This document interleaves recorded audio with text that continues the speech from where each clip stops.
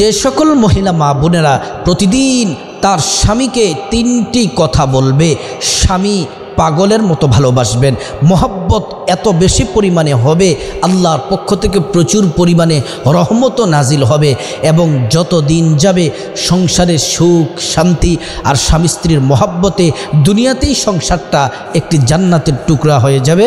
যদি মা বোনেরা আপনারা যদি আপনাদের স্বামীকে প্রতিদিন 3টি কথা যদি মহব্বত নিয়ে ভালোবাসা নিয়ে যদি বলতে পারেন। আল্লাহর কোরআন আগে কি বলে আগে আসুন আমরা শুনে নিই।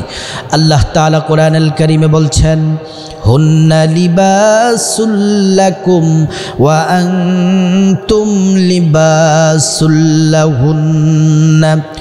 আল্লাহ পাক রব্বুল আলামিন বললেন, স্বামী হচ্ছে স্ত্রীর পোশাক, স্ত্রী হচ্ছে স্বামীর পোশাক। সুবহানাল্লাহি ওয়া বিহামদি।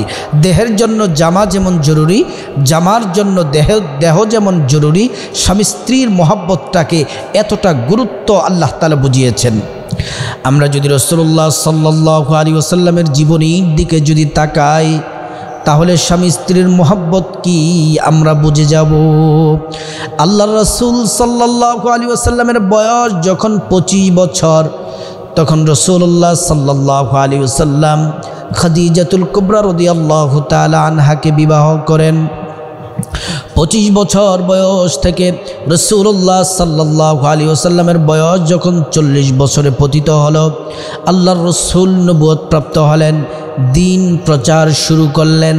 আল্লাহর রাসূল বাড়িতে এসে মহিলাদের মধ্য থেকে সর্বপ্রথম নবীজি দিনের দাওয়াত দিলেন, কালিমার দাওয়াত দিলেন, ইসলামের দাওয়াত দিলেন নিজের স্ত্রী খাদিজাতুল কুবরা রাদিয়াল্লাহু আনহাকে। সুবহানাল্লাহ। যখন কালিমার দাওয়াত দিলেন বললেন, খাদিজা প্রিয়তম স্ত্রী কালেমার দাওয়াত কবুল করো। নবীজির স্ত্রী ডেকে ডেকে বললেন, ইয়া রাসূলুল্লাহ, ইয়া হাবিবাল্লাহ, ওগো আমার প্রাণের স্বামী, দীর্ঘদিন যাবৎ পর্যন্ত আপনার সংসার করি, আপনার কথা আমি সব সময় শোনার চেষ্টা করি, কারণ আপনি খুব সুন্দর করে কথা বলেন, আপনার কথার দ্বারা পর্যন্ত কোনো আমি কষ্ট পাইনি, আপনার আচরণে আমি কোনো কষ্ট পাইনি, আপনার আখলাক আপনার চরিত্র এত সুন্দর যা পৃথিবীর কোনো মানুষের হতে পারে না। সুবহানাল্লাহ। ওগো নবীজি, ওগো প্রাণের স্বামী, আপনি নিঃসন্দেহে আল্লাহর প্রেরিত রাসূল, কারণ আপনি জীবনে কোনো দিন মিথ্যা কথা বলেননি, কোনো মানুষের হক নষ্ট করেননি, কারোর সাথে খারাপ আচরণ করেননি। ইয়া রাসূলুল্লাহ, আমি আপনার স্ত্রী, আমি সাক্ষ্য দিচ্ছি, আশহাদু আল্লা ইলাহা ইল্লাল্লাহু ওয়াহদাহু লা শারীকা লাহু ওয়া আশহাদু আন্না মুহাম্মাদান আবদুহু ওয়া রাসূলুহু। ওগো নবীজি, আমি সাক্ষ্য দিচ্ছি আল্লাহ ছাড়া কোনো মাবুদ নাই, আর নিঃসন্দেহে আমি আরও সাক্ষ্য দিচ্ছি আপনি আল্লাহ তাআলার প্রেরিত রাসূল মুহাম্মাদুর রাসূলুল্লাহ। সুবহানাল্লাহি ওয়া বিহামদিহি। রাসূলুল্লাহ সাল্লাল্লাহু আলাইহি ওয়াসাল্লামের সামনে তখন ধন সম্পদ সব দিয়ে দিলেন। মক্কার সবচেয়ে ধনী ছিলেন খাদিজাতুল কুবরা রাদিয়াল্লাহু আনহা। নবীজিকে বললেন, ইয়া রাসূলুল্লাহ, সমস্ত সম্পদ আপনার কদমে দিলাম, ইসলাম প্রচারের কাজে আপনি ব্যয় করুন। কতটা মহব্বত আর ভালোবাসা ছিল। নবীজি যখন দিন প্রচার শুরু করে দিতেন, কাফেররা গাল বন্ধ করত, শারীরিক মানসিক নির্যাতন করত, রাসূলুল্লাহ সাল্লাল্লাহু আলাইহি ওয়াসাল্লামকে লেজ কাটা বলে গালি দিত, আল্লাহর রাসূলকে পাথর মেরে শরীর মোবারক রক্তাক্ত করেছে, উহুদের জমিনে দান মোবারক শহীদ করেছে। দিন প্রচার করতে গিয়ে আল্লাহর রাসূল কষ্টে জর্জরিত হয়ে গেলেন। নবীজি যখন বাসায় ফিরে আসতেন, খাদিজাতুল কুবরা রাদিয়াল্লাহু আনহা রাসূলুল্লাহ সাল্লাল্লাহু আলাইহি ওয়াসাল্লামকে এতটা ভালোবাসা, এতটা মোহাব্বত দিতেন, আল্লাহর রাসূল সাল্লাল্লাহু আলাইহি ওয়াসাল্লাম তিনি সব কষ্ট সব দুঃখ ভুলে গিয়ে তিনি আবার বাসা থেকে বের হতেন, ফ্রেশ মন নিয়ে আবার তিনি দিন প্রচার করতেন। সুবহানাল্লাহি ওয়া বিহামদিহি। কতটা ভালোবাসা ছিল স্বামী স্ত্রীর প্রতি। আমার দিনদার ইমানদার মুসলিম ভাই বোনেরা, এজন্য স্বামী স্ত্রীর মোহাব্বত সংসারে খুবই জরুরি। আপনি যদি মহিলা মা বোনদেরকে বলছি, স্বামীকে যদি প্রতিদিন 3টি কথা যদি বলতে পারেন, আপনার স্বামী আপনাকে পাগলের মতো ভালোবাসবে, অন্য কোনো নারীর দিকে আর আসক্ত হবে না, শুধুমাত্র আপনাকেই ভালোবাসবে। সুবহানাল্লাহ। যদি আপনি আপনার স্বামীর যদি বেশি বেশি করে যদি আপনি প্রশংসা করতে পারেন, 1 নাম্বার, আপনার স্বামী কালো হোক, ঠোঁট মোটা হোক, দাঁত বাঁকা হোক, চেহারা সুন্দর না হোক, আপনার স্বামীকে আপনি বলবেন আপনি দেখতে খুব সুন্দর, আপনি যে জামা পরেন সে জামাটি খুব সুন্দর, আপনি যা পরেন তাই আপনাকে খুব সুন্দর লাগে।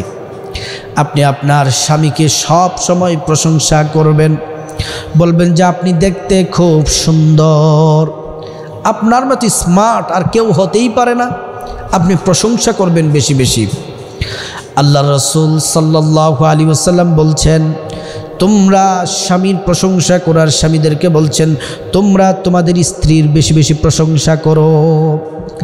আল্লাহর হাবিব সাল্লাল্লাহু আলাইহি ওয়াসাল্লাম সাহাবীদেরকে বললেন, সাহাবীরা, স্ত্রী জাতিদেরকে, নারী জাতিদেরকে বাঁকা হাড় থেকে সৃষ্টি করা হয়েছে, এই বাঁকা হাড়কে তোমরা সোজা করতে যেও না, তাহলে ভেঙ্গে যাবে, আবার বাঁকাই রেখে দিও না, তাহলেও তোমাদের জন্য বিপদ হবে। সাহাবীরা বললেন, ইয়া রাসূলুল্লাহ, ব্যাখ্যা করে বলেন, আপনার কথাটি বুঝতে আমাদের সহজ হয়ে যাবে। আল্লাহ রাসূল বললেন, সাহাবীরা, তোমাদের স্ত্রীদের প্রতি তোমরা কঠোর ব্যবহার করো না, তাদেরকে কড়া শাসন করো না, মারধর করো না, তাদের সাথে খারাপ আচরণ করো না। তাদেরকে কঠোর শাসন করতে আল্লাহ রাসূল নিষেধ করেছেন। আবার তাদেরকে যেমনি চলতে মন চায় তেমন করেও ছেড়ে দেওয়া যাবে না। তাদের সাথে রাসূলুল্লাহ বলেন, সুন্দর কথা বলো, প্রশংসা করো, নম্র ভাষায় তাদের সাথে কথা বলো, প্রশংসা করে করে তাদেরকে কাজ করতে বলো, নামাজ পড়তে বলো, ইসলামের পথে চলতে বলো। সুন্দর কথা শুনে তারা সঠিক পথে চলে আসবে, তোমাদের মধ্যে মহাব্বতও বাড়বে এবং তোমাদের মধ্যে আল্লাহর রহমতও নাজিল হতে থাকবে। সুবহানাল্লাহ। তাহলে 1 নাম্বার হলো, আপনার স্বামী কালো হোক, বেটে হোক, আর যেমনই হোক না কেন, আপনার স্বামীর প্রশংসা বেশি বেশি করে করবেন। 2 নাম্বার হলো, আপনার স্বামীর কাছে আপনার শ্বশুর শাশুড়ির প্রশংসা করবেন, তারা সুস্থ আছে কিনা, ঔষধপত্র কিনে দেওয়ার জন্যে, তাদের ভরণ পোষণ দেওয়ার জন্যে, খাবার দাবার ঠিক করে দেওয়ার জন্যে। আর শ্বশুর শাশুড়ির প্রশংসা বেশি বেশি করে আপনার স্বামীর সামনে করবেন। আপনি প্রশংসা করবেন আপনার শ্বশুর শাশুড়ির, আর স্বামীর কলিজা ঠান্ডা হয়ে যাবে, স্বামী আপনাকে পাগলের মতো ভালোবাসবে। আল্লাহ রসুল সাল্লাল্লাহু আলাইহি ওয়াসাল্লামের একজন সাহাবী বিবাহ করলেন। বিবাহ করার পরে 1 বছর, 2 বছর, 3 বছর পর্যন্ত সংসার করলেন। তাদের মধ্যে মহাব্বত, ভালোবাসা খুব গভীর। স্বামী যেমন স্ত্রীকে ভালোবাসে, স্ত্রীও স্বামীকে তেমন করে ভালোবাসে, খুব মহাব্বত, ভালোবাসা। 3 বছর পরে হঠাৎ করে গভীর রজনীতে স্বামীর পানির পিপাসা লাগছে। স্ত্রীকে ডেকে ডেকে বললেন, ও প্রিয়তমী স্ত্রী, আমার খুব পিপাসা লাগছে, আমাকে একটু পানি দিতে পারবে? ওই সময় তো আমাদের মতো এত সুবিধা ছিল না, ঘরেই পানির আপনার মোটরের ব্যবস্থা ছিল না, কলের ট্যাপ কলের ব্যবস্থা ছিল না। ওই সময় কূপ থেকে পানি আনতে হতো, ঘরের যেই পানি ছিল রাতের বেলা পানি শেষ হয়ে গেছে। এবার স্ত্রী ঘুম থেকে উঠে গ্লাস নিয়ে, পানির পাত্র নিয়ে কূপ থেকে পানি নিয়ে এসে দেখেন স্বামী ঘুমিয়ে গেছেন, পানি নিয়ে দাঁড়িয়ে আছেন। অনেকক্ষণ পরে ফজর আজান দিয়ে দিল, কারণ সাহাবীর আজানের পরে ঘুমাতেন না, কারণ তারা জীবনের চেয়েও বেশি তারা নামাজকে মহাব্বত করতেন, নামাজ কখনো মিস করতেন না। এবার সাহাবী দেখেন আজান হওয়ার সাথে সাথে ঘুম ভেঙে গেল, আর দেখি স্ত্রী পানি নিয়ে দাঁড়িয়ে আছে, বলতেছে, তুমি পানি নিয়ে দাঁড়িয়ে আছো? আপনি যে পানি চেয়েছিলেন আমি পানি নিয়ে এসে দাঁড়িয়েছি, আবার যদি আমি যদি ঘুমিয়ে যাই, আপনি যদি পানি যদি খুঁজে না পান তাহলে তো আপনি কষ্ট পাবেন। এবার স্বামী পানি পান করলেন। স্বামী খুশি হয়ে বললেন, তুমি আমার কাছে কি চাও বলো, আমি তোমাকে দিব। স্ত্রী বললেন, সত্যি করে বলেন, আমি যা চাই আপনি কি দিবেন? হ্যাঁ, তুমি যা চাও আমি তোমাকে তাই দিব। স্ত্রী বললেন, আমাকে তালাক দিয়ে দেন, আমাকে তালাক দিয়ে দেন। এই কথা বলার পরে তো সাহাবীর মাথার উপর যেমন আসমান ভেঙে পড়ল। সাহাবী বললেন, তুমি এটা কি বলছো? তোমাকে ছাড়া আমি থাকতে পারবো না, তালাক দিতে পারবো না। আর যেহেতু আমি ওয়াদা দিয়েছি, চলো চলো রাসূলুল্লাহ সাল্লাল্লাহু আলাইহি ওয়াসাল্লামের কাছে যাব, নবীজি সাল্লাল্লাহু আলাইহি ওয়াসাল্লাম সমাধান দিয়ে দিবেন। আল্লাহর হাবিব সাল্লাল্লাহু আলাইহি ওয়াসাল্লামের কাছে যাচ্ছেন, অনেক দূর রাস্তা, পথিমধ্যে আপনার মরুভূমি পাড়ি দিতে হয়। ওই সাহাবী আর তার স্ত্রী হাঁটছেন, হঠাৎ করে পাথরের মধ্যে সাহাবী আঘাত খাইলেন। আঘাত খাওয়া তো এমন খাওয়া খাইলেন, আপনার হাড় পর্যন্ত ভেঙে গেছে, পায়ের আঙ্গুলের হাড় ভেঙে গেছে। এবার সাহাবী পড়ে গেলেন, ফিঙ্কি বেড়ে রক্ত বের হওয়া শুরু করেছে। ওই সাহাবীর স্ত্রী কাপড় দিয়ে, নিজের কাপড় ছিঁড়ে কাপড় দিয়ে বেঁধে দিলেন, রক্ত বন্ধ হয়ে গেল। এবার স্বামী ডেকে ডেকে বলল, স্ত্রী চলো রাসূলুল্লাহর কাছে চলো, আমি তোমাকে তালাক দিতে পারবো না, আর নবীজি যে সমাধান দিবেন আমি সেটাই মেনে নিব। এবার স্ত্রী বললেন, নবীজির কাছে যাওয়া লাগবে না, চলেন চলেন বাড়িতে চলেন। বলতেছে বাড়িতে চলবো মানি, বলতেছে আমাকে তালাক দিতে হবে না, কারণ 3 বছর পর্যন্ত আপনার সংসার করি, আপনি আমাকে খুব মোহাব্বত করেন, ভালোবাসেন, আপনি আমার সব কিছু দেন, যা চাই তাই দেন, কিন্তু আপনার এই 3 বছরের মধ্যে কোনো অসুস্থতা দেখতে পাইনি। আর আমি মনে করেছি অসুস্থতা যেহেতু দেখতে পাই না, আল্লাহ মনে হয় আপনার প্রতি নারাজ আছেন, কিন্তু এখন আপনি বিপদের মধ্যে পড়েছেন, অসুস্থ হয়েছেন, নিঃসন্দেহে আল্লাহ আপনাকে ভালোবাসেন, এজন্যই আপনাকে অসুস্থতা দিয়েছেন। আর আমি কোনো দিন মৃত্যু পর্যন্ত আপনাকে ছেড়ে কোথাও যাব না। সুবহানাল্লাহ। স্বামী স্ত্রীর মোহাব্বত খুব চমৎকার।